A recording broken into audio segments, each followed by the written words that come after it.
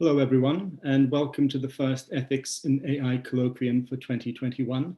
My name is John Tasulis, and I'm the director of Oxford's Institute for Ethics and AI. A major objective of the Institute is to bring the clarity and argumentative rigor of philosophy to many of the ethical challenges thrown up by AI. That's how philosophy can advance ethical reflection on AI. But of course, it's not a straightforward one-way process. AI ethics can also enrich philosophy. One way it can do so is by motivating philosophers to engage with issues of urgent human concern that they've tended to neglect. This is why I'm especially excited about the discussion we're going to have today, because work, a matter of great material and spiritual concern to most of us, has been a topic that has generally eluded the radar of contemporary philosophical discussion. AI raises ethical questions about work, about its value, just distribution, its political significance, in an especially acute way. This is because, at least on one telling, it seriously raises the prospect of a jobless or virtually jobless future, as automation goes beyond taking over mechanical tasks and makes massive inroads into jobs that are performed by university-trained professionals. Should we welcome this as a beckoning utopia in which humans are liberated to engage in art, play, religion, politics, and family life? Or does it threaten a dystopia in which economic and social inequalities are magnified and class conflict massively aggravated? Or where the vast majority of people perhaps just sink into apathetic and meaningless lives? To help us navigate these issues, I'm delighted to welcome our main speaker, David Goodhart. David is the head of the think tank Policy Exchange's Demography, Immigration and Integration Unit, the founder of Prospect Magazine, and a member of the Equality and Human Rights Commission. His most recent book is Head, Hand, Heart: The Struggle for Dignity and Status in the 21st Century. In this book, he argues that the United Kingdom and the US have adopted a narrow form of meritocracy that accords excessive esteem to those employed in cognitive, analytical work, head, as opposed to those working in technical, hand, and caring or social, heart domains. He predicts, however, that automation driven by AI will be one of the factors that will lead to a rebalancing of esteem as demand for middle-level professionals declines, while technical and caring occupations experience a resurgence. We also have two excellent commentators to discuss David's ideas. First, Rachel Fraser, who is an associate professor of philosophy at Oxford and a fellow of Exeter College. Rachel, in my view, is one of the most interesting and wide-ranging philosophers around, and she may well be the best philosophical exponent of Twitter. I very much urge you to look at her Twitter feed. Our second commentator is Dr. Daniel Sirskin, who is a fellow of economics at Balliol College, at Oxford, and a visiting professor at King's College London. His most recent book is the widely praised A World Without Work, so very apposite for tonight's discussion. There will, of course, be a Q&A at the end, so please use the chat section on YouTube for your questions. But right now, I'm delighted to turn over to David for his remarks. David. John, thank you very much for that introduction. I want to talk tonight about mainly about the themes in my book that you mentioned, Head, Hand, Heart. I always forget the subtitle. It's The Struggle for Dignity and Status in the 21st Century. So I'll sort of touch at the end perhaps on the issues of worklessness, or the disappearance of work. But my main concern, as the title suggests, is about the way that we currently allocate reward and esteem to different kinds of work. And I mean, the kind of thesis of the book is sort of there in the title, really. I mean, my argument, which is it's kind of part two of two books. This book, the book I wrote 3 years ago called The Road to Somewhere, was about the value divides, that particularly the educationally based value divides that have emerged to dominate politics in some ways in the last few decades, and I think have been partly responsible for the mass political alienation expressed in the Brexit vote, the votes, one might say, for Trump, both 2016 and 2020, 73 million, I think it was. And the Head, Hand, Heart tries to bury down a bit deeper into understanding the value divides and why so many people seem to feel out of sorts with society that otherwise seem, compared to past societies, and indeed compared to most existing other societies in the world, extremely rich and free. And I mean, my explanation is that we have allocated too much reward and prestige to just one cluster of human aptitudes, those associated with cognitive, analytical, kind of exam passing ability, the manipulation of information, and that has inevitably drawn away status and reward from other clusters that I very broadly describe as hand and heart. Hand meaning the manual technical craft, heart being everything from sort of caring to any job that requires a high degree of emotional intelligence. And of course, this is not new, you might say. This goes right back to the beginnings of human civilization, where where the mind, where thought was considered sort of pure and elevated, and embodied work was seen as kind of demeaning and open to moral corruption and so on. And Plato, Christianity, I mean, so much of our culture is based in a way on the elevation of the cognitive. But it didn't really matter very much because so few people actually did cognitive work till surprisingly recently.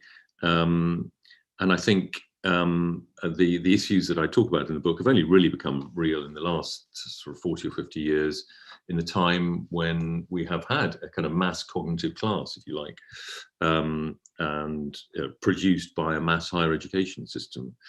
And in that time, we've seen how smart people in the kind of narrow sense of exam passing smartness were once pretty randomly distributed around society, and that in many ways is no longer the case. So those people with that, at least that form of human aptitude, have been sort of sucked up into the kind of professional managerial cognitive class, which now 1/3 plus of the adult population probably belongs to. And I mean, this in many ways is an old and obvious story. The returns to qualification is one of the main one of the main central observations of modern labour market theory, and status usually follows the money. Not always. One can think of all sorts of categories of work where people aren't necessarily highly rewarded but have high status. Vicars, for example, or artists of various kinds.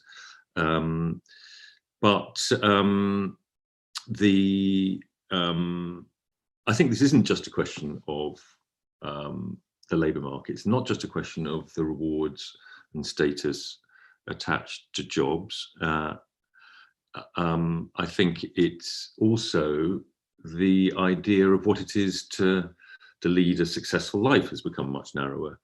And that, I think, has also borne down on those people who either can't or don't want to climb that ladder. And by the way, it's become a kind of single ladder. I think, you go back not that, go back 30 or 40 years, and there were lots of little ladders up into a successful, achieved life. And I think that has become one big ladder up into the institutions of higher education, effectively. This was all predicted rather presciently by Daniel Bell in The Coming of Post-Industrial Society, written in 1972, when all this, well, it was already kind of underway because America ventured first into mass higher education. But he sort of predicted, I think, what has happened in most rich countries. Now, I mean, just a few caveats. Obviously, head, hand, and heart is an artificial distinction. I mean, I do say this in the book. One or two of the reviews have criticised me for taking the distinction too literally. Obviously, everything that any human being does at any moment of the day involves a combination, of the cognitive, the embodied, the emotional. But I still think it's a useful abstraction when one's thinking about labour markets and as it were, the kind of dominant cluster of aptitudes that are involved in a particular job. It's also, I shouldn't perhaps need to say this, but this is not an argument against high intelligence.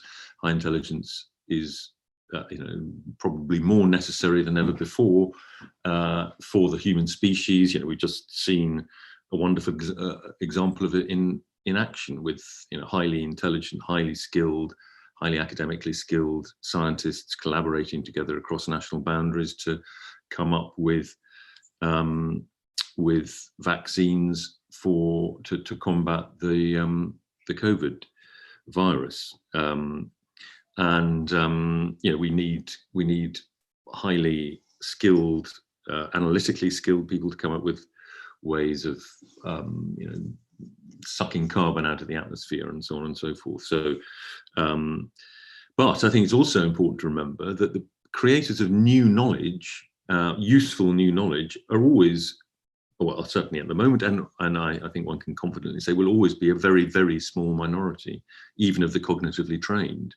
And I think what's happened is that the sort of that this expanded sort of cognitive bureaucracy, which now perhaps encompasses between a third and a half of the adult population in rich countries, is sort of piggybacking on the prestige of knowledge creators. Most of us are not new knowledge creators, and never will be.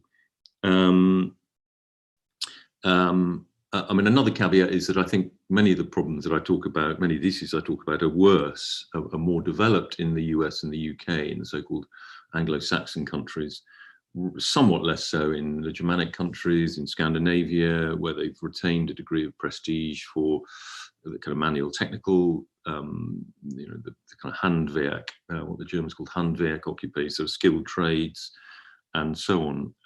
Or rather, all these abilities are seen as somehow on the same plane. It's interesting. I mean, quite a few of the members of Angela Merkel's cabinet are people who did conventional apprenticeships. Jens Spahn, the health minister, did a Kaufmann apprenticeship, a sort of a finance marketing apprenticeship, but he then went on to do a university degree. I think he's got a PhD as well. He did a further degree, and I think that is quite common in Germany. And I think the final caveat is that what I'm talking about, I think, has now become dysfunctional. But at one point, it was functional. If you go back to the 70s or the 80s. But both for kind of social justice reasons and for purely economic reasons, there was very good grounds for wanting to kind of expand the professional managerial, mainly cognitive-based occupations. When I left university, there were probably about 10% of the population, 10% of school leavers went to university. Now it's somewhere between 40 and 50%. And in one sense, that can only be a good thing. It's a democratization of the elite, you might say. And indeed, there was also the demand. There was also, this was the time of the knowledge economy emerging. it was the time of also a huge expansion of the welfare state from the 60s onwards. And we forget sometimes, I think, just how many sort of higher professional jobs produced by the welfare state. When you think of, doctors, all the professions associated with medicine, teachers, university lecturers. Well, my point is that this is no longer functional. That for all sorts of reasons, this distribution of reward and prestige, the encouragement of as many young people as possible to go through this funnel into academic study and do well at school, go to a good university, have a successful professional cognitive job. That this is now, I mean, obviously, logically, not everybody could ever do that. There was always a limit on the number of people who could go through that funnel and into that world of safety and success. I mean, some people just don't have the cognitive ability to get there. Many people don't have the opportunity to get there. But also, there's the kind of rather more basic fact that not everybody can be a scientist or a statistician. We need people to remove our rubbish and clean our offices and do both very basic jobs and lots of kind of middle skill jobs. Maintain the kit that has proliferated in our lives, and maintain our power stations as well as our laptops, and of course care for our elderly people in increasingly aging societies. So what was functional, I think, has now become dysfunctional. So that when I started writing this book, it struck me as being quite an idealistic thesis in a way, the idea of shifting status across these clusters of aptitudes. The more I looked into it, and this is a journalistic book, I'm not claiming this is a great work of scholarship, so I was just reading secondary sources, but the more I read, the more it seemed to me that what had started off as a kind of rather idealistic, even new agey notion of kind of distributing status was kind of inevitable. I mean, actually, because it turns out the knowledge economy doesn't actually need that many knowledge workers, and this is even before. I mean, I bow to Daniel and Rachel on this, but I don't know a huge amount about AI, except that it seems obvious that from what I have read, that it is coming for the kind of middle and lower levels of the cognitive class. It's the kind of the lawyers and accountants and even parts of medicine, certainly administration, where those kind of middle ranking jobs can be replaced with algorithms of various kinds.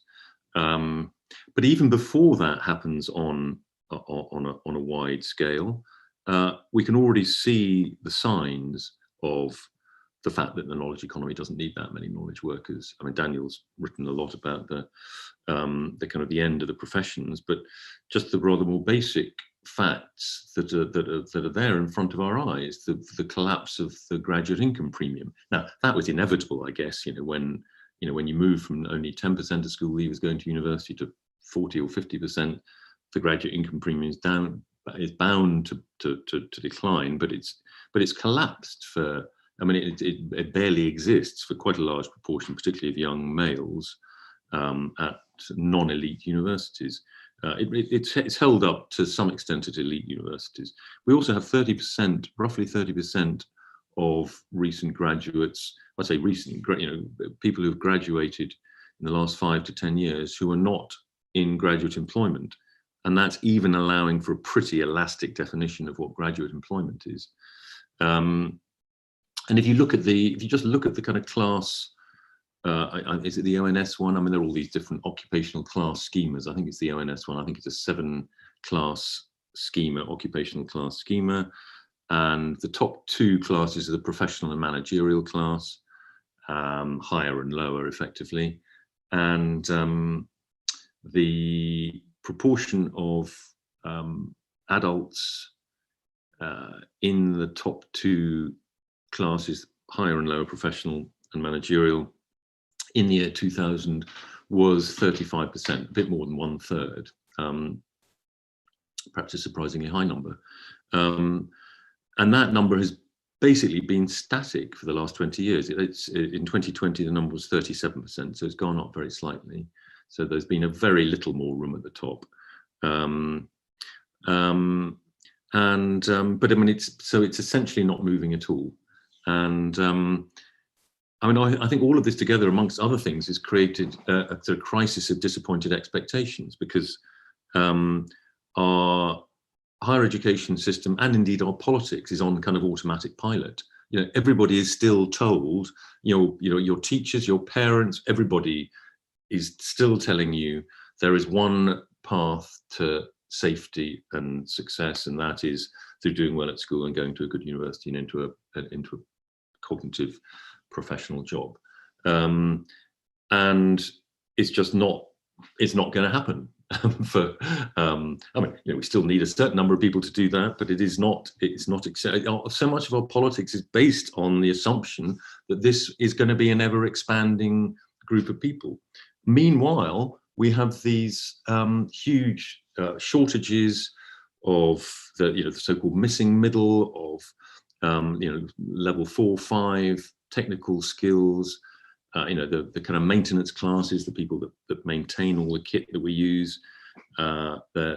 Businesses constantly complaining about the lack of that kind of technical skilled labour, and we have a recruitment crisis in the public care economy.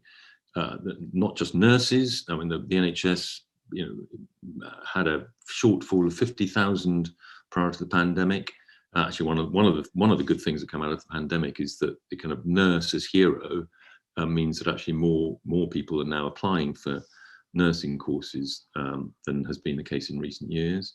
But we have an even bigger recruitment crisis in adult social care.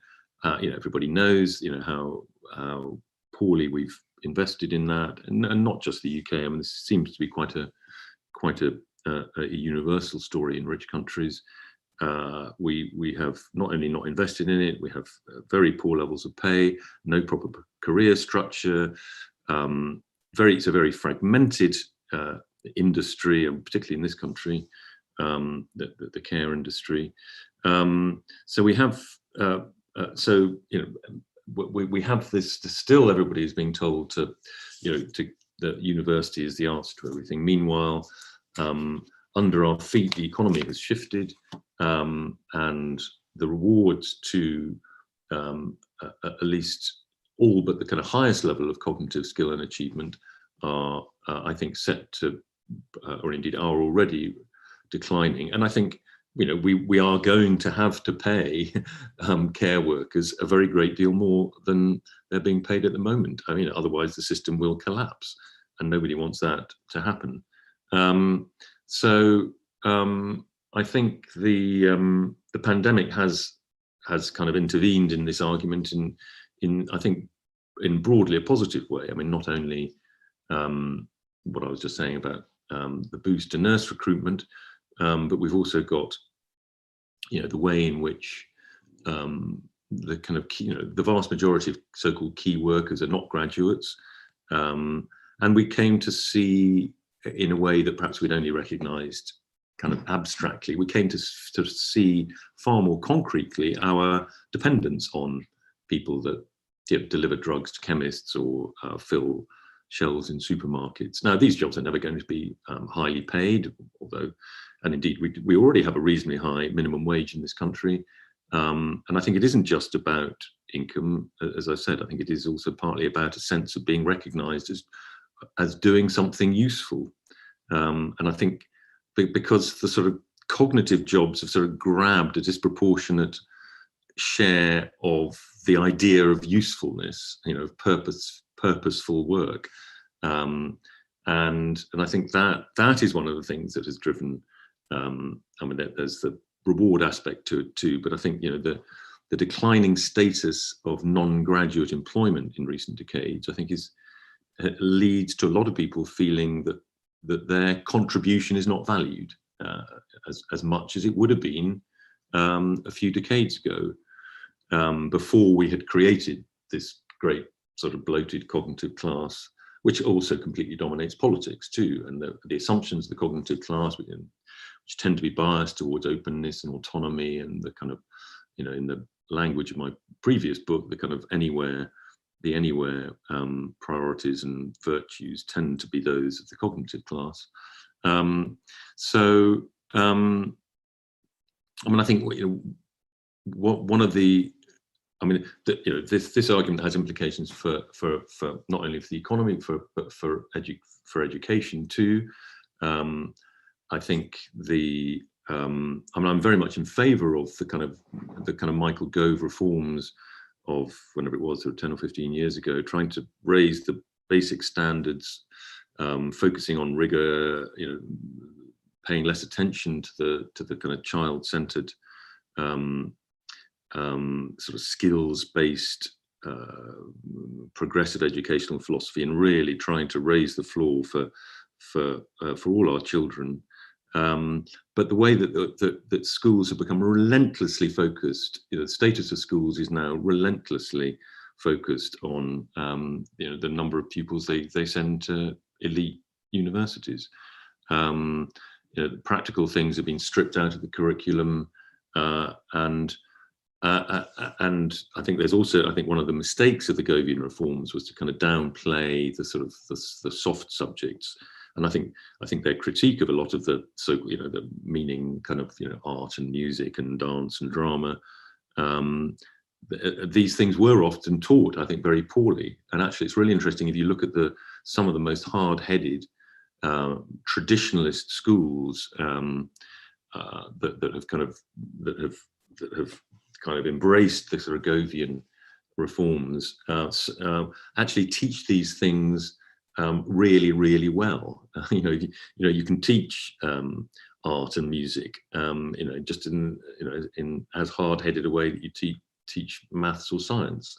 Now, not everybody has the skills to be able to draw well or play a musical instrument, but if these things are taught well, then we are going to have more time on our hands in the robotic future. So I think teaching creative subjects, life skills, mindfulness, all these things, and they shouldn't be regarded as sort of soft extras. Just finally, I've probably gone on long enough. Obviously the whole kind of meritocracy argument runs sort of in some ways parallel to this.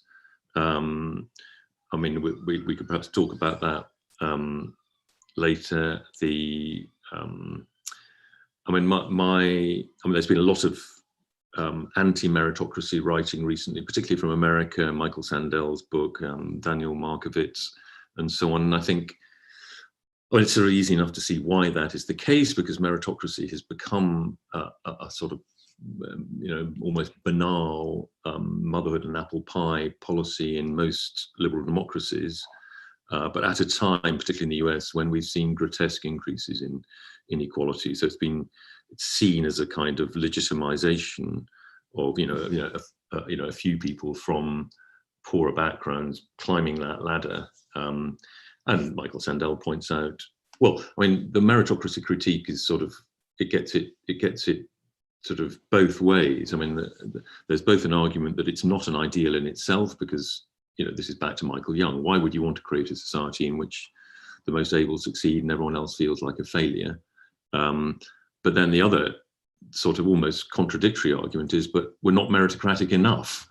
I think Sandel points out that the Ivy League universities, is it 1%, 50% of students at the Ivy League universities come from the top 1% of the income spectrum. No, hang on, what is it? More kids at the Ivy League universities come from the top 1% than the whole of the bottom 50% of the income spectrum in the US. And the figures for Russell Group universities here are not quite so bad, but not that far off. So there are all sorts of I mean, against that, I mean, one of the things that I think the meritocracy critics kind of, it remains kind of in the seminar room, because, at the same time, if even Michael Young acknowledged that we need meritocratic selection for jobs. Nobody wants to be operated on by someone who's failed their surgery exams. You don't want the head of your nuclear research program to be chosen by lottery. You want your best nuclear physicists. So the person in the street might reasonably say, well, so you're against a meritocratic society, but you're in favour of meritocratic selection for jobs. Sort of, where's the difference? Well, I think actually there is a difference. And I mean, I sometimes make the comparison between, was it Lionel Jospin who talked about being in favour of a market economy but not a market society. So one can believe in meritocracy as a kind of technique, a sort of selection technique for jobs, without embracing the idea, or seeing that the idea of meritocracy, which is inherently elitist, needs to be accompanied by other ideals. The essential equality of all human beings. But so my emphasis is much more on the kind of cognitive prefix to meritocracy, that it's the fact that one form of human aptitude has been the driver of the meritocratic ideal, and that actually instead of chucking out the idea of meritocracy, we should try to spread it, and that raises really interesting questions, I think, about how we have what I call sort of cognitive creep in the way that we measure things, even in non-cognitive functions. So you ask an economist, why is it that people in care homes are so poorly paid? And they'll say, because anybody can do the job. What they mean by that is that you don't need proper cognitive qualification, or you need the most basic cognitive qualification to get a job in a care home. But that's not the point, really, is it? And we all know that in care homes, and indeed in hospitals, there are good carers, there are average carers, and there are crap carers, like in any other walk of life. So it may be that actually we need more meritocratic distinction in some ways in the care economy. I mean, it's easier to do it and to measure it, and this is one of the reasons why cognitive things have swept all before them, because it seems fair and it seems easy to measure. We all read the same biology textbook, and we all do the biology exam, and a hierarchy emerges from it. Some people are better at the biology exam than other people, but whereas with care, it's very much harder to do that. How do a nurse spends 8 or 10 hours on a shift on a geriatric ward, and a good nurse has made the lives of 25 elderly people a little bit less miserable. How do you capture that and measure that and then reward it? And in caring professions tend to be very sort of obviously caring and social democratic in their ethos. So actually, imposing more meritocratic distinction may not be at all popular with people who work in those jobs. Anyway, that's a bit of a sideline. But so yeah, well, I haven't really talked about the end of work, but I have talked about the distribution of status at work, and how I think we are heading, I hope, in a somewhat different direction. Obviously, the cognitive is still necessary and deserves its rewards, but I think we are going to move towards a society where we have to increase the value and status of these other forms of human skill and endeavour. Sorry, I went on a bit too long. That is great. Thank you so much, David. That is a very rich set of considerations you've put before us. So now I'm going to invite my philosophy colleague, Dr. Rachel Fraser, to give the first set of comments. Rachel. Hi, thank you so much for the talk. I'm going to try and pick up on three interrelated themes in the talk as I see them. The first thing I want to talk about is to raise some questions about the broad political paradigm in which you're working, in particular with respect to what Nancy Fraser has called the redistributive as opposed to the recognitional paradigm within political struggle and theories of political struggle. The second thing I want to discuss is whether we need more fine-grained distinctions between things like an internal subjective sense of purpose and notions of status, which seem to me to be being treated somewhat interchangeably in your talk, and that strikes me as a mistake. And then the third thing I wanted to pick up on was what struck me as an elision of unwaged work in your talk. So there was a tendency to treat work and jobs interchangeably, which of course to anyone with a background in feminist theory is going to seem an extremely striking omission, particularly as I think one of the richest political and philosophical traditions for thinking about work in the 20th century was the Wages for Housework movement, which precisely concerned questions of status around caring labor. So I'll start with my first thought, which is about these competing paradigms for theorizing, political struggle, and injustice. So the distinction between redistributive and recognitional politics is one I find very helpful for thinking about a wide range of political conflicts. And it's articulated most cleanly by Nancy Fraser. So I'll just read some Nancy Fraser now. In today's world, she says, claims for social justice seem increasingly to divide into two types. First are redistributive claims, which seek a more just distribution of resources and wealth. Examples include claims for redistribution from the north to the south, from the rich to the poor, and not so long ago, from the owners to the workers. Today, however, she goes on, we increasingly encounter a second type of social justice claim in the politics of recognition.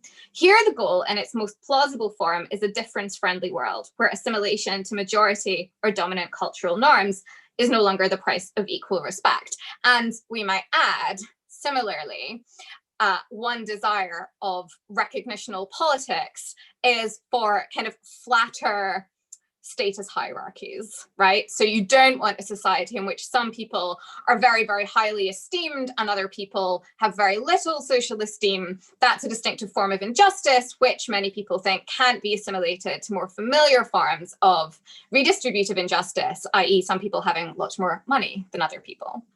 So one thing that was really striking to me about your talk was that with a few exceptions, the sort of political vernacular in which your theses were being articulated were overwhelmingly the vernacular of recognition rather than redistribution. And that struck me as particularly fascinating, given that a very natural way to think about work and why work over the last 5 or so years has become a particularly rich site of political contestation is precisely the way in which work is a site at which redistributive and recognitional struggles are sort of collapsed together or intersect. Because of course, almost any society is going to need some kind of social institution to play certain functions. One function is we need to have some sort of mode of allocating wealth. Another thing we need to do is we need to have a mode of allocating status. So one of these is primarily a redistributive phenomenon, the other recognitional.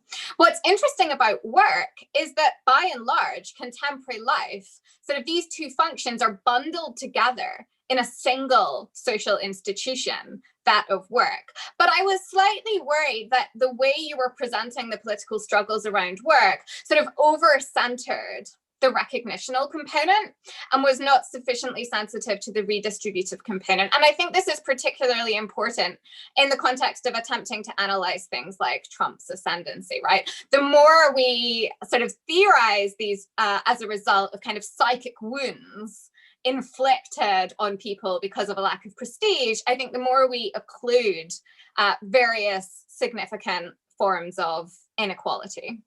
Like material inequality. Anyway, so that was one sort of feature of your talk I thought it was worth picking up on, was the kind of dominance of the recognitional political vernacular. The second thing I wanted to pick up on was just to say, I think one of the things that's actually very interesting about the distinction between sort of the knowledge economy and other forms of labor is actually, I mean, I think the anthropologist David Graeber made this point most forcefully, was that actually one of the things that confronts many people on a job market in like the contemporary world is actually there's this kind of very curious unlatching of status from purpose.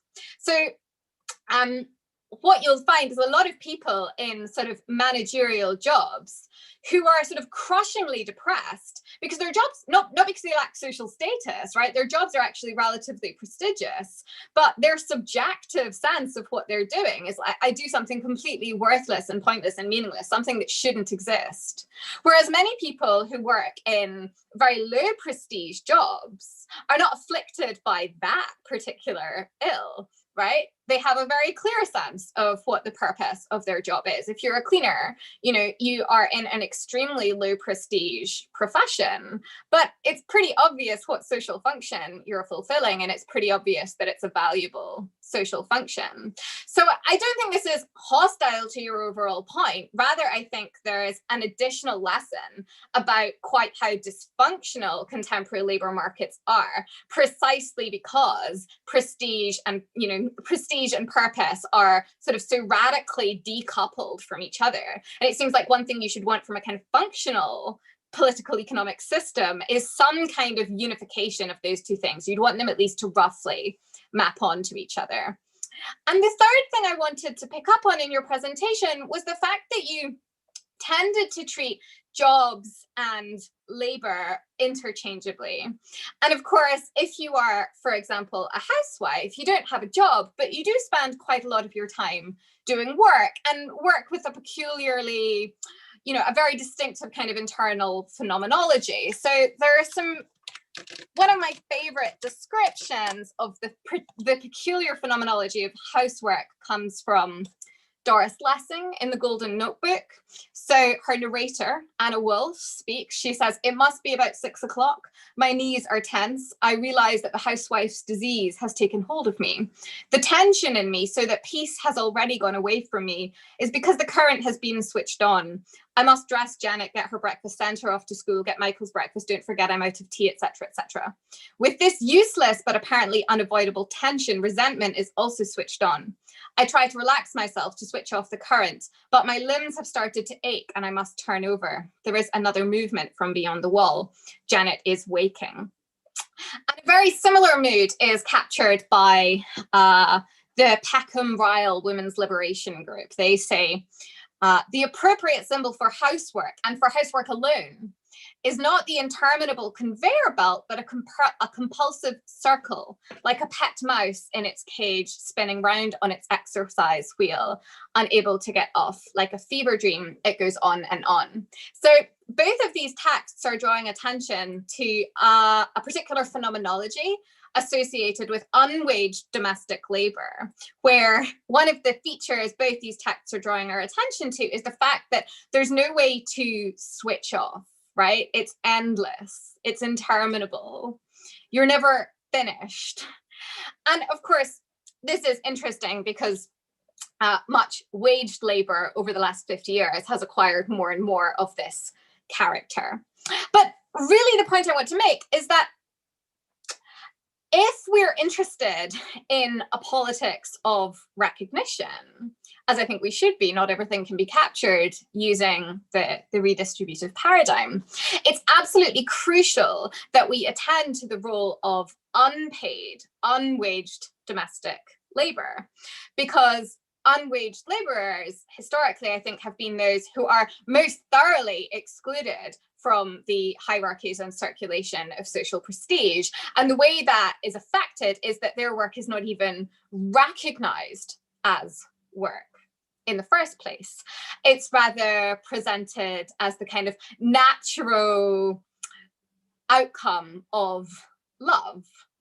And one thing that struck me as interesting was that the coding of caring labour under the rubric of heart risks being complicit in precisely the kind of erasure of caring labour's status as labour that movements like Wages for Housework have been so keen to fight against. So I thought that there was an interesting potential problem here, just in the framing of caring labour as deeply related to the activity of the heart, because many people who engage in forms of caring labour will want to contest that characterization because they think it occludes the state of what they do as labour.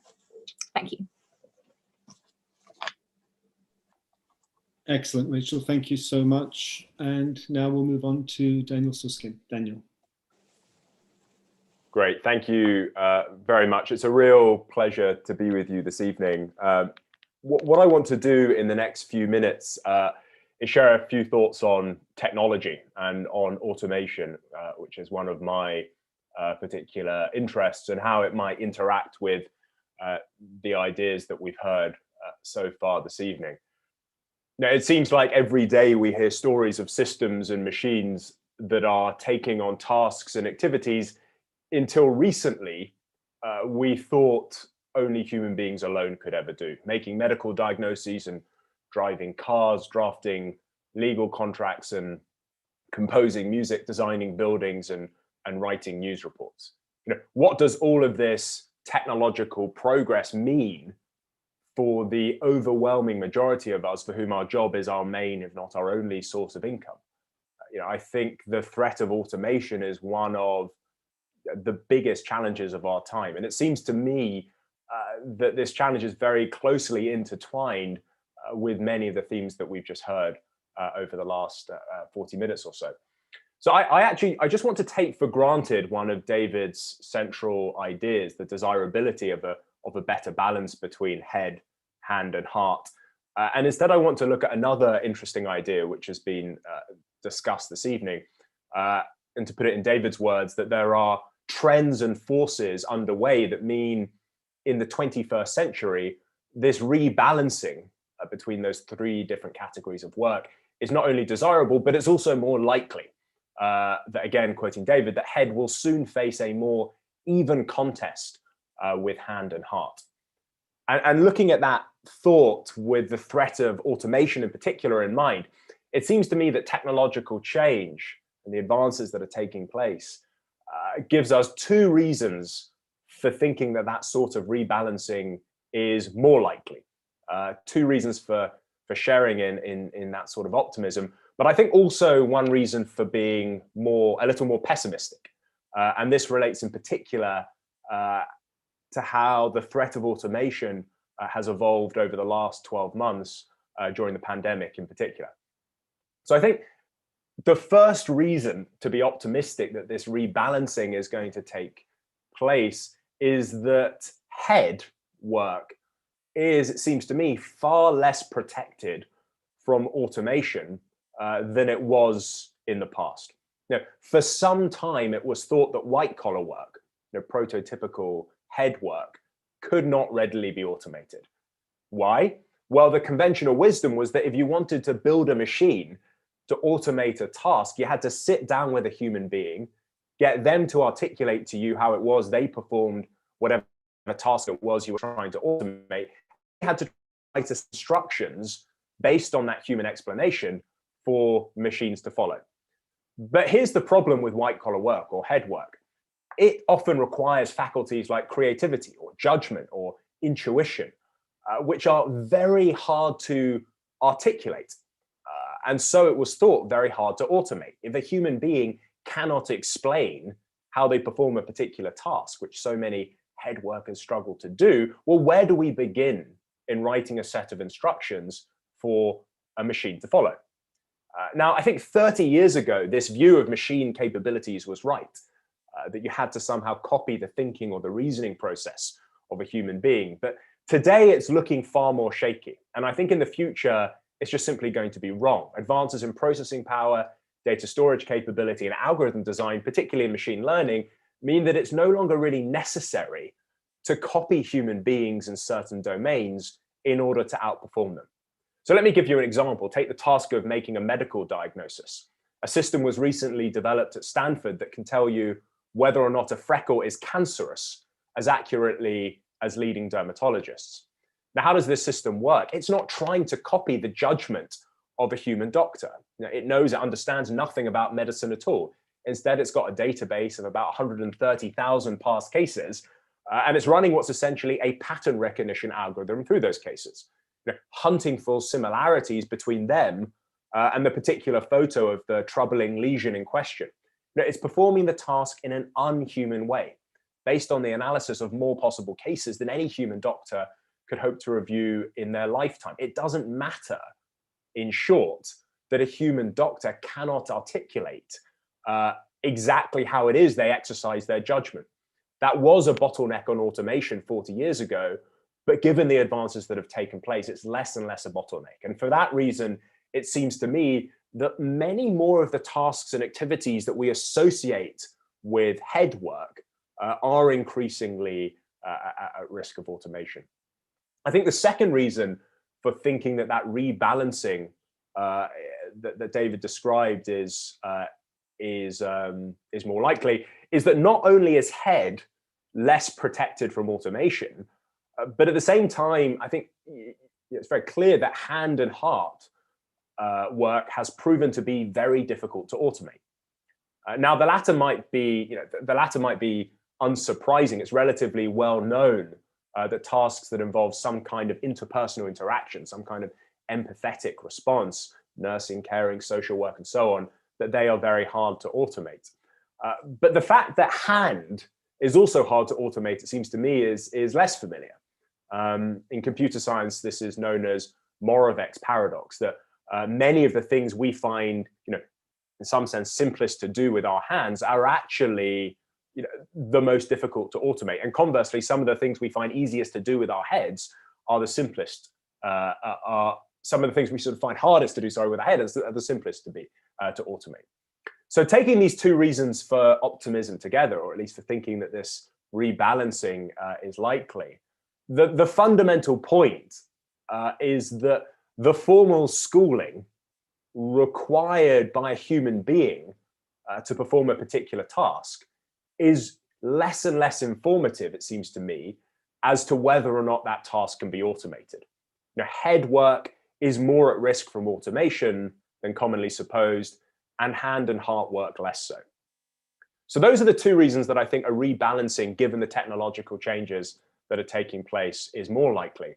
But I think there's also a reason for pessimism too, for thinking that automation might get in the way of that rebalancing away from head and towards hand and heart. And the reason is this, which is that over the last few decades, as I've just said, head and hand workers, they've tended, hand and heart workers, they've tended to find themselves protected from automation precisely because their roles very often involve personal interaction or manual dexterity. And these are the properties that have made this type of work, heart work and hand work, so tricky to automate. But the cruel irony of the last few months is that these particular workers have in fact been hardest hit by the pandemic precisely because of these properties that protected them from automation. The virus spreads through and flourishes in the poorly ventilated indoor spaces, factories, plants, warehouses, where workers tend to gather together to put their manual dexterity to use. And so as a result, as we've seen over the last 8 to 12 months, in particular, many hand and heart workers have found themselves unable to work, or at least unable to work safely. And so the point is this, though, that if the pandemic has increased the incentive to automate the work that people do, and I think it may have, after all, just one reason, a machine cannot catch the virus and pass it on to co-workers or customers. It's not going to fall ill and need to take time off work. It's not going to have to self-isolate to protect its peers. At the margin, replacing a person with a machine is more attractive than it might have been 12 months ago. So if we think there is a greater incentive at the moment to automate the work that people do, it's likely that it's going to be hand and heart workers who are the most exposed.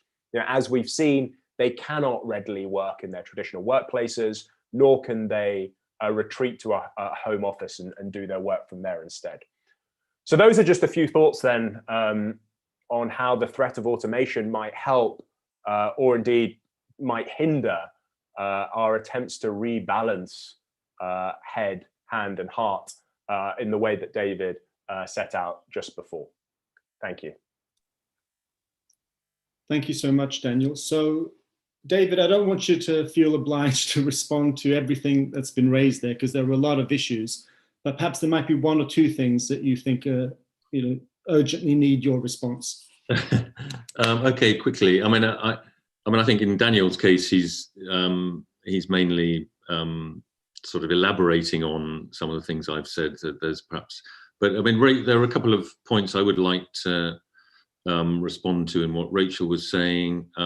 Partly because I do actually in the book raise one of the issues anyway that she was talking about, and I make very much the point that if we are to raise the status of care in the public economy, the public care economy, we can't really do that without raising the status of care in the private realm, in the domestic realm. And I actually talk about wages for housework, the wages for housework movement in the book, and what a shame it was that they failed.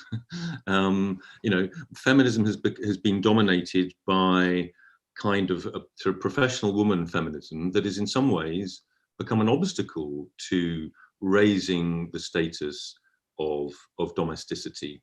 Now, obviously, we should talk about spreading the domestic labour more evenly between men and women, and that is happening.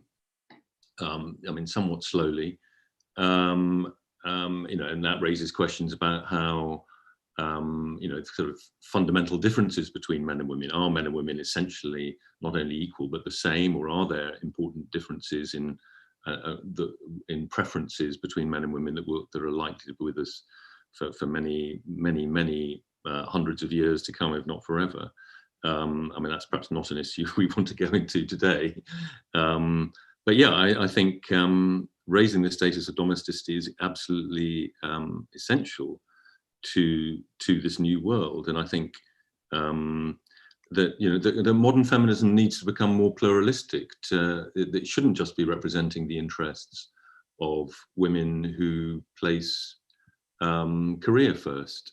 The famous schema produced by Catherine Hakim that said, if you look at adult women in Britain, about 20% are mainly or exclusively career focused, about 20% are mainly or exclusively family focused, and the 60% in the middle are kind of balancing both in the modern world.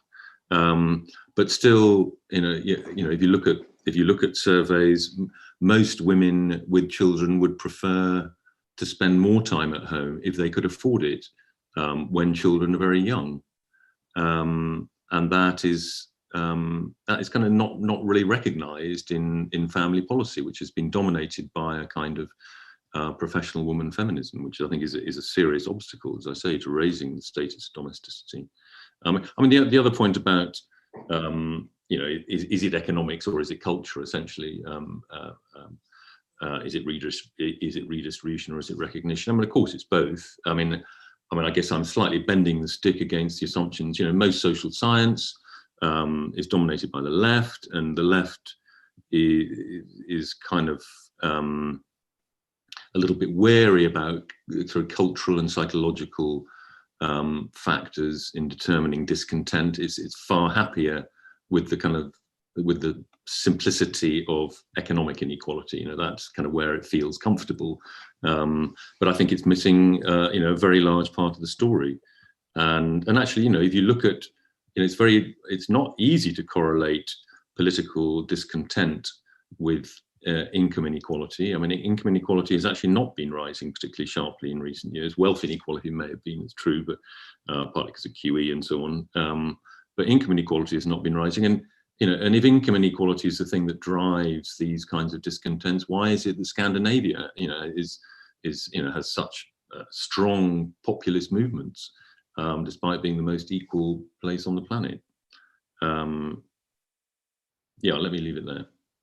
Rachel, do you want to make a quick response to any of that before we get on to questions from the audience?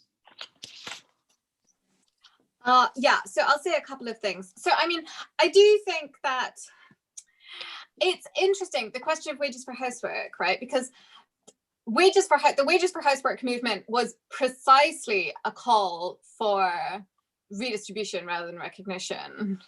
Silvia Federici was not primarily interested in having her work be higher prestige. Rather, she was interested in being paid for her labor. And I mean, the reason she wanted to be paid for her labor was that she thought that the capitalist economic system would not be able to be maintained if there were an expectation that unwaged work become paid. So you might disagree with that. But I do think, it's possible to reconfigure the demands of the wages for housework movement using a kind of recognitional vernacular, but it is, I think, important to note that that is a sort of significant, one is engaged in significant sort of normative and political translation at that point. And, I'm a philosopher rather than a social scientist, so my primary aim is not in understanding why, in fact, people articulate discontent, but in what is just or not. So I take the point, these are sort of interesting questions for social scientists, but I'm not a social scientist. And what I'm interested in is really whether there is some sort of foundational species of justice, and if so, whether that is primarily recognitional or redistributive. I would also contest the characterization of the left as primarily concerned with redistribution. I think that might have been true 20 years ago, but I think it's highly inaccurate as a characterization of the contemporary left, both in Britain and America, where I think the dominant political vernacular is that of recognition rather than redistribution. Yeah, arguably it's swapped around, actually. So let's go to some of these questions. So there's a question from Professor Kevin Legrandier, who asks, what do you think of universal basic income as at least a partial solution to technological unemployment caused by AI? Daniel, I know that you've defended what you call CBI, conditional basic income. Do you want to have a go at this question? Yes. I mean, my concern with what's appealing about a universal basic income is that it solves what I call the distribution problem, which is, in a world where we can't necessarily rely upon the labor market to share out prosperity in society, how do we do it? Well, a universal basic income does it. It provides an income to everyone independent of their status in the labor market. What worries me, though, about a universal basic income is that while it solves that distribution problem, it neglects what I call the contribution problem, which is a feeling that everybody is, paying into the collective pot in some way. Now, I'm an economist, and my sense of social solidarity today is that it comes in large part through a feeling that everybody is pulling their economic weight through the work that they're doing and the taxes that they pay. And if they're not in work, there's an expectation, if they're able to work, to actively, retrain and seek out work. And so, the challenge for me of a universal basic income is, what do you do in a world where some people are not paying into the collective pot through the sorts of economic contributions that they, traditionally might have made? How do you maintain social society in that world? And the argument I make in my work is that, well, we need to look at the sort of non-economic contributions that people make to society. And we've heard lots of examples of this in the past 45 minutes. They're all around us. They're not recognized in the labor market in the form of a wage. Might we as a society be able to hold them up and say, look, these are valuable and important, they're socially significant, and they're, they are contributions. And might those sorts of things be done in return for a basic income instead? So my concern with the basic income is less the B and the I and more the U. And I think we need some kind of conditionality, even if that conditionality isn't the sort of economic conditionality that we might have relied upon in the past. You say this as an economist, but John Rawls, for example, in his understanding of free and equal citizens, an essential part of that is that you're prepared to cooperate on fair terms with others, provided they're willing to do so as well. And inherent for him in that cooperation was actually engaging in productive work. So in a sense, almost like Marx, his theory is primarily addressed to people who are prepared to work and willing to work. And then he addresses others as a kind of exceptional case. So there is this issue of contribution as being inherent to citizen dignity. And now the question I think that your proposal powerfully raises is, does that notion of contribution have to be channeled through something like work, or could there be surrogates for that? Are any other thoughts on this issue? Yep, David. Could I? It's not. I mean, it's not something I've thought about a huge amount, but I mean, it does strike me that most of the people who propose it tend to be the affluent and the cognitively blessed, to assume that everybody is as sort of self-starting and self-motivated as they are.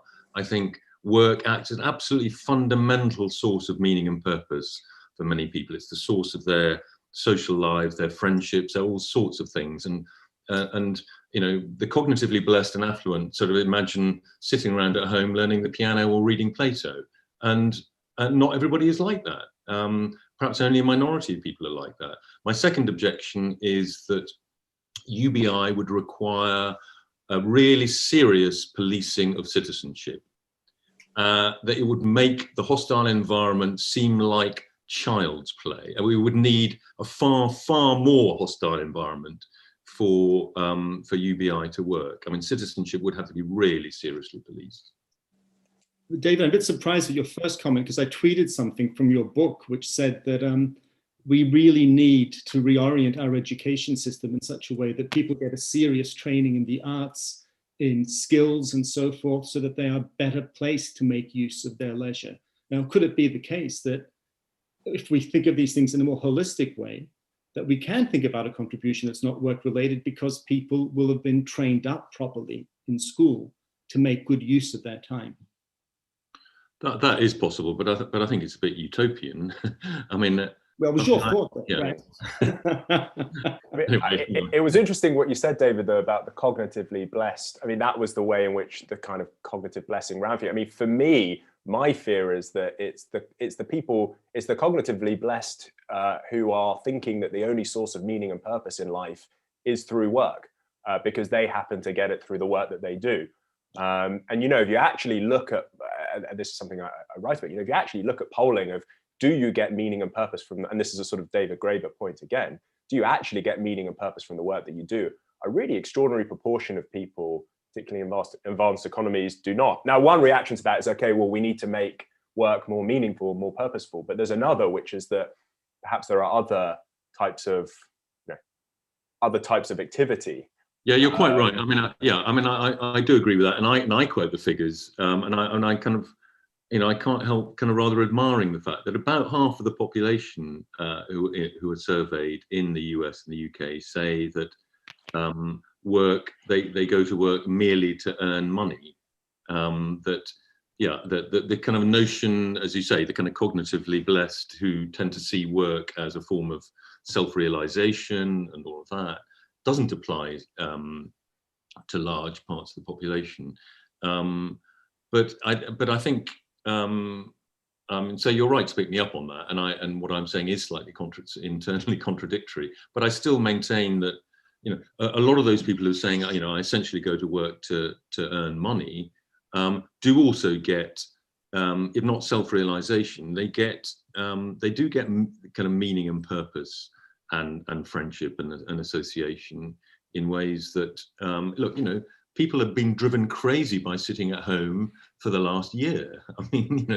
I mean, do we really want, you know, I mean, that is what UBI is offering us forever. Well, hopefully, though, at some point we can exit our homes. Rachel, did you want to come in on this?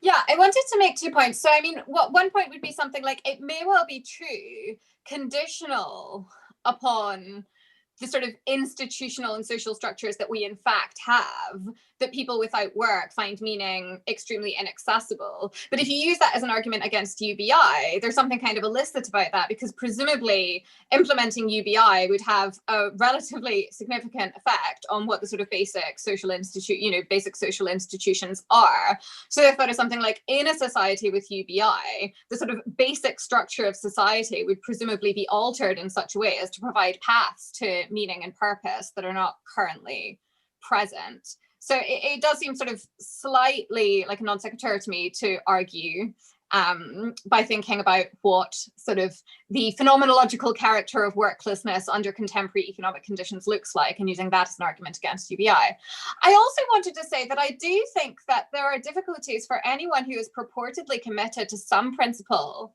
along the lines of liberal neutrality in wanting to defend a conditional basic income, because, you know, this notion of production and productive labor, it's highly value laden, right? I mean, one of the primary things that people associated with the Wages for Housework movement wanted to do, so here Federici isn't so much involved, but people like Salo James and Maria Della Costa, one of the things they're interested in is they're interested in arguing for the idea that housework is productive labor, which it was not counted as in the traditional Marxian schema. So, I mean, I have real worries about any kind of implementation of a conditional basic income that says, sure, you can have some money so long as you're being productive, that doesn't recognize that the notion of productiveness is heavily ideologically inflected and has functioned historically to completely erase the work of women. And I just have serious reservations about the capacity to implement some kind of conditional test that doesn't sort of smuggle in some sort of conception of the good life in a way that, you know, people who are actually committed to liberal neutrality should be extremely wary about. Now, this is fascinating, Rachel, because I think you're now at odds with both of the other speakers. So in Daniel's case, I think he rejects the requirement of liberal neutrality. In fact, towards the end of his book, he has the phrase big state, capital B, capital S, as having a new role in, I think you say, creating meaning. And one of the ways it creates meaning is to address precisely the issue we talked about before: what will count as a meaningful contribution by you in society if it's not going to be through regular work. So I think it looks like Daniel's not buying your premise. And I suspect, David, you're not buying it either, because some of the policy proposals you're coming up with do look like they're sort of framed by the idea that it's the job of the state to help us lead more fulfilling lives. Therefore, it has to make judgments about what counts as more fulfilling than not. I mean, I would just say that I was only defending a conditional claim. I wasn't defending the antecedent of the conditional. Okay. But do either of you want to, because there is an issue about you're both defending positions that seem to call for a very activist state that abandons notions of liberal neutrality, i.e. the state not passing judgment on what counts as a worthwhile life. Yeah, I mean, I think that's exactly, that's a nice way of capturing my argument. Yeah, at the moment, you know, what value is allocated according to wages in the market, and if that is no longer, you know, if the market is no longer the mechanism through which we allocate, you know, value, how else are we to do it? And it seems to me that's, you know, that's a sort of a fascinating, exciting, and you know, troubling challenge. But I think it's, you know, if you think we are moving into a world where there might be less work for people to do because of the sorts of technological changes we're describing, I can't see how we avoid the state sort of stepping away from that neutrality. And so part of the answer might be, it has to be a much more democratic state if it's going to take on that role. Sure. Yeah, and I do use capital B and capital S, but I'm quite clear that I have a very different conception of the big state in mind to, you know, the big state of the 20th century. Okay, David, do you want to come in on this? Not really, or rather. Okay. I mean, I think, you know, since the death of God, I mean, meaning has been a real problem in human societies. The creation of meaning. I mean, I really find slightly frightening the idea that the state is taking over the role of meaning creation. I mean, we are kind of meaning-seeking beings, I think, and we do sort of create it off our own bats in a way. It's just a lot of people don't have enough of it in their lives, and I'm not. I mean, or I think one can distinguish between meaning and recognition. I mean, we're all recognition-seeking and meaning-creating beings, and indeed, this is one of the reasons why I kind of wrote the book, is that too much meaning and recognition has clustered around a certain set of human functions, and I think if we do, and if we do succeed, I mean, these things are not in the gift of politics, or not completely in the gift of politics. Politics can only nudge these things along, I think. But I think, spreading meaning and recognition away from just the cognitive or the over allocation of it to the cognitive world is part of the answer anyway.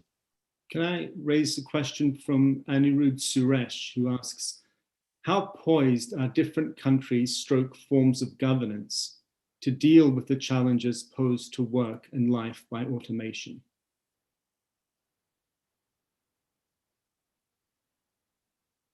Anyone like to take that one up?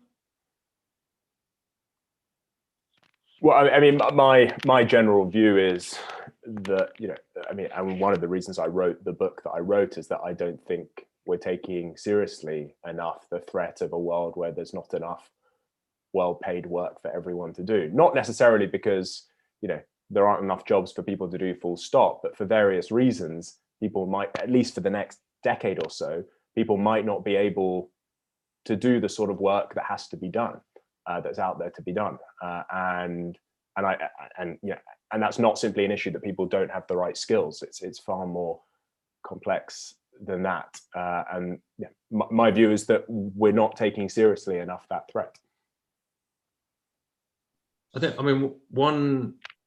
interesting to compare, I guess, more individualistic Western liberal democracies and East Asian or Asian societies, which tend to be more disciplined, more communitarian, less individualistic, where meaning is sort of provided, if not by the state, by more rigid social rules and conventions of a kind that we spent the last 150 years sort of shrugging off. I think they continue to exist in some ways, even without God.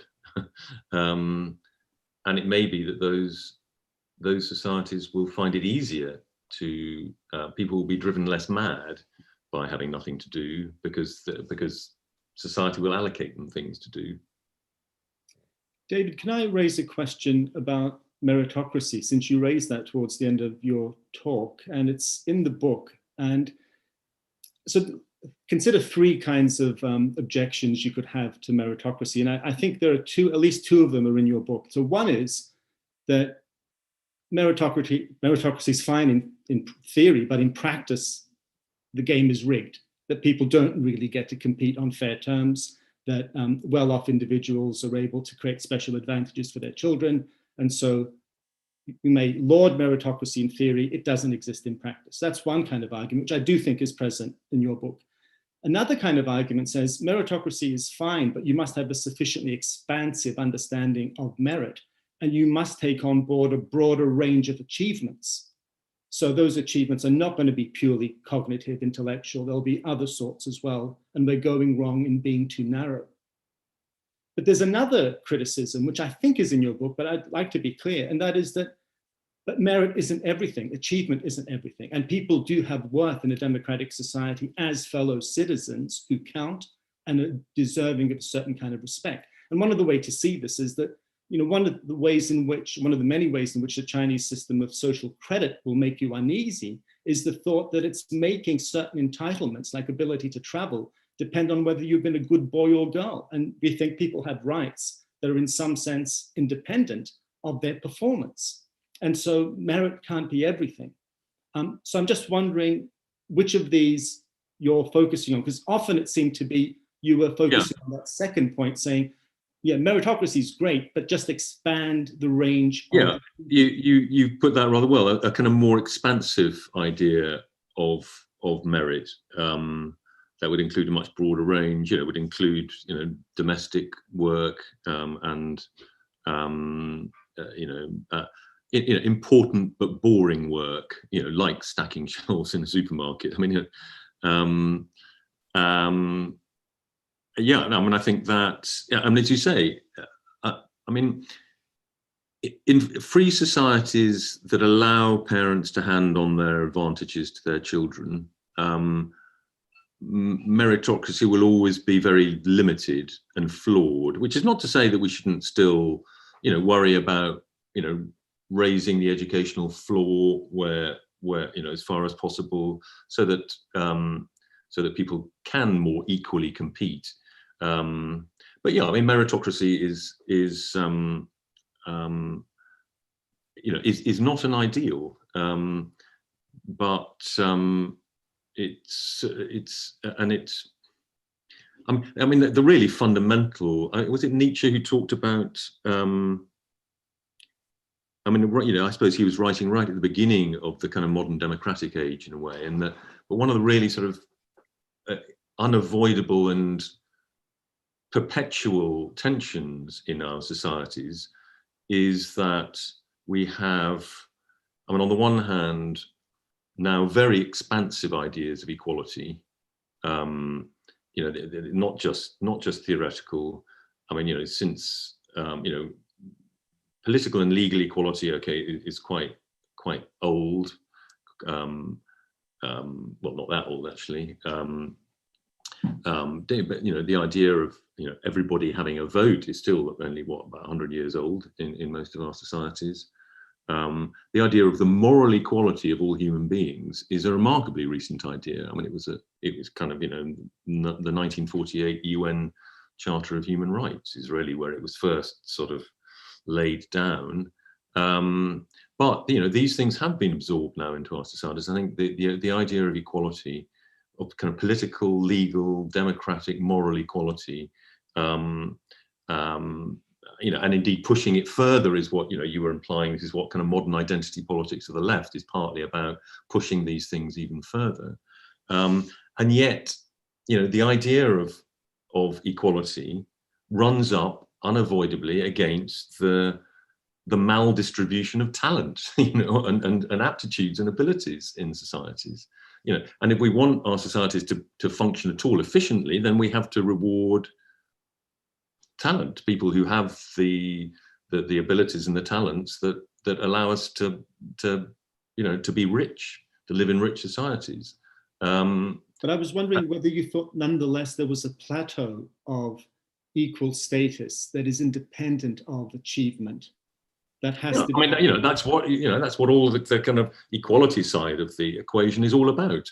You know, you know, it's that is what democratic equality is all about. It's seeing each other as equal. You know, whether you've got an IQ of 150 or 80, or you know, whether you're, you know, whatever your talents are. But we also need, I mean, you know, we also can't escape the fact that talents are very unevenly distributed, and always will be, and we need to reward talent in order for the place to work. You know, we have hierarchies of competence and ability in everything, and you know, we can't just throw those out the window. So this is a permanent tension. I mean, Nietzsche saw it as the source of resentment. You know, he used the, you know, ressentiment, I think he talked about, didn't he? So he used a kind of French word, I think. And you know, and it may be that modern populism is partly an expression of kind of Nietzschean ressentiment. I mean, you know, I mean, I think, you know, partly legitimately so. You know, if you know, people are taking equality seriously, and then if they find that they're, you know, in the kind of bottom part of the social spectrum, I mean, either because life is unfair, and you know, the affluent have found ways of handing on their privileges to their children, or just because, you know, even if we sort that problem out, I suppose is what I'm saying actually, even in a perfect world in which we've sorted out all of that, there will not be an even distribution of talent, and so there will always be a source of resentment. Rachel, do you want to come in on this? I mean, I do think there's an interesting question lurking in the background here about the justification for meritocracy. So, I mean, you might be a kind of Rawlsian about things, right? And you might think that, look, the idea is just something like, if everybody is going to live an okay life, then we need to have certain kinds of institutionalized patterns of reward. People develop legitimate expectations about what kinds of practices and skills they're going to be rewarded for, but there are no sort of just facts out there about which kinds of skills and abilities are worthwhile and which we ought to reward. But you might think, well, that's not really capturing the really important intuition behind meritocracy, which is just, look, some things are more worthwhile than others. You might be a theorist who thinks that notions of desert should figure in redistributive justice, right? We definitely think that desert matters in the criminal justice system, right? Like, it's very difficult to justify practices of incarceration if you don't think that desert is a significant driver in cases of retributive justice. But once you allow that the state is allowed to be sensitive to considerations of desert, and once you abandon liberal equality, it's really not clear to me that the best justification of meritocracy available to you isn't simply to be some kind of perfectionist, just to say, look, the reason I'm paying you more money than you isn't because that's part of some kind of overall efficient pattern of resource distribution, which ultimately is going to make everybody better off, but just because, you know, your novel is better than your operetta, or because your sort of surgery is more important for human flourishing than your poem. And yeah, so I think there are definitely, once you abandon liberal equality, it's really very unclear to me that justifications of meritocracy, if one is in the business of providing justifications for meritocracy, can't appeal to sort of just far more kind of robust notions of desert than the kinds of justifications, David, that you were sketching a minute ago seem to be in the business of. You're saying that David's trying to have it both ways, but he can't. He can't have this liberal equality and an emphasis on grading people in terms of achievement.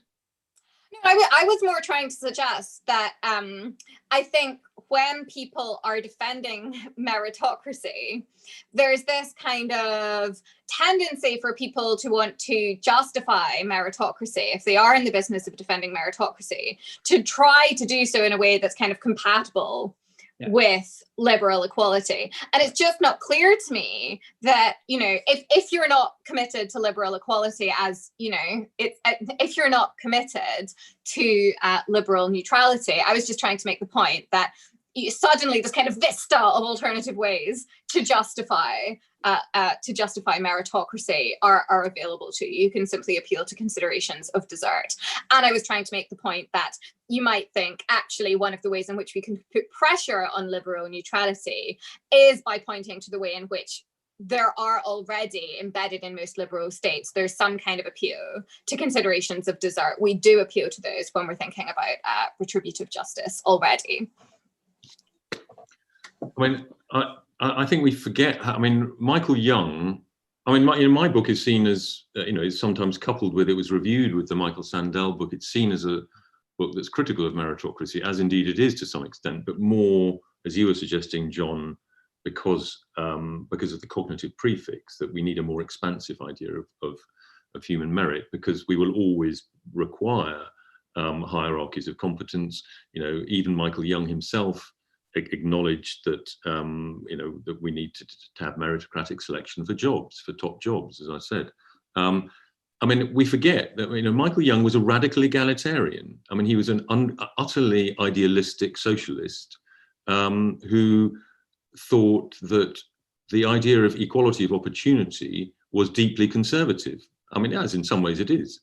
Meritocracy is unavoidably elitist, and it's unavoidably inegalitarian. The whole point of equality of opportunity is the opportunity to be unequal. The ideal, obviously, is that inequality starts from a level playing field, but that is never going to happen, as we were just saying. which doesn't mean to say that one shouldn't strive towards it. There are lots of things that are unattainable, but are still worth kind of attempting to get to. But as some American philosophers said, it's kind of, I think the person in the street would think it's common sense in a way that the most able people should run most things in our societies. But you wait until the children of the most able people are still running everything in our society, and then the children's children of the most able people. I mean, meritocracy does have this tendency to turn into kind of oligarchy. So it's not it's never going to be a kind of, we're never going to reach it. It's never going to be and it's not even really an ideal, is it? I mean, the most able winning and everyone else losing is not an idea that appeals. Okay, I think with those comments, we will have to reach an end. So thank you so much, David. That was a really excellent discussion, as you're shown by the fact that we went way over time. Thank you very much to the two commentators, Rachel Fraser and Daniel Sirskin, and to everyone for tuning in. Thank you so much. Have a good evening. Bye.